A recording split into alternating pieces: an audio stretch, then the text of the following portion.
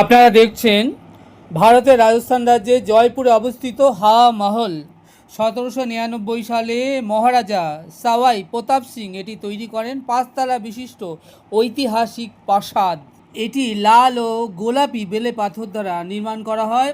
এই অট্টালিকার ভেতরে 953টি সুদৃশ্য জালিকাযুক্ত জানালা বা ঝাড়ুখা রয়েছে, যা প্রাসাদের ভেতরে সর্বদা ঠান্ডা বাতাস চলাচলের জন্য এই রকম ব্যবস্থা। এই প্রাসাদে 993টি ছোট ছোট জালিকাযুক্ত জানালা, দেখতে একদম হুবহু মৌচাক সমদৃশ্য, যা ঝাড়ুখা নামে পরিচিত।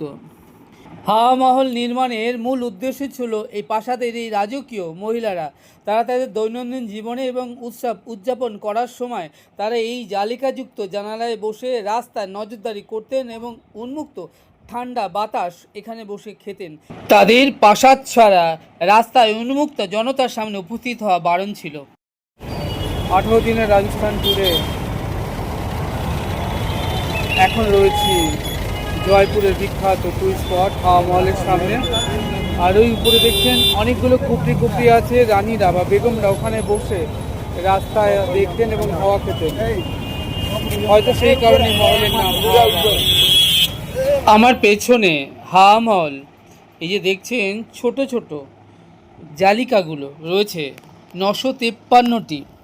এই জালিকা দ্বারা গ্রীষ্মকাল থেকে শীতকাল পর্যন্ত প্রাসাদের ভেতরে শীতল বাতাস প্রবেশ করত, যার ফলে উচ্চ তাপমাত্রাতেও এই প্রাসাদ শীতল থাকত। 2006 সালে এই প্রাসাদটি সংস্কারের কাজ শুরু করা হয়। দীর্ঘ 50 বছর পর 4565 মিলিয়ন অর্থ খরচ করে। আপনারা দেখছেন রাজস্থান ট্যুর 2026-এ জয়পুরের বিখ্যাত হাওয়া মহল। দাঁড়িয়ে রয়েছি হাওয়া মহলের সামনে।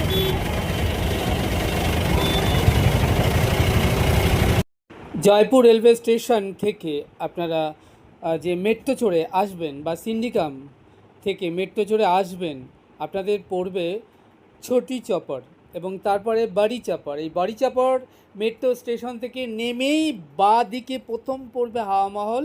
এরপর যাব হাওয়া মহল ভেতরটা ঘুরে দেখতে। দাঁড়িয়ে আছি রাজস্থান ট্যুর 2026-এ জয়পুরের বিখ্যাত হাওয়া মহলের সামনে। রানীরা ওই হাওয়া মহলে অনেকগুলো ছোটো ছোটো জানলা রয়েছে, খিড়কি, সেখানে বসে হয়তো হাওয়া খেতে।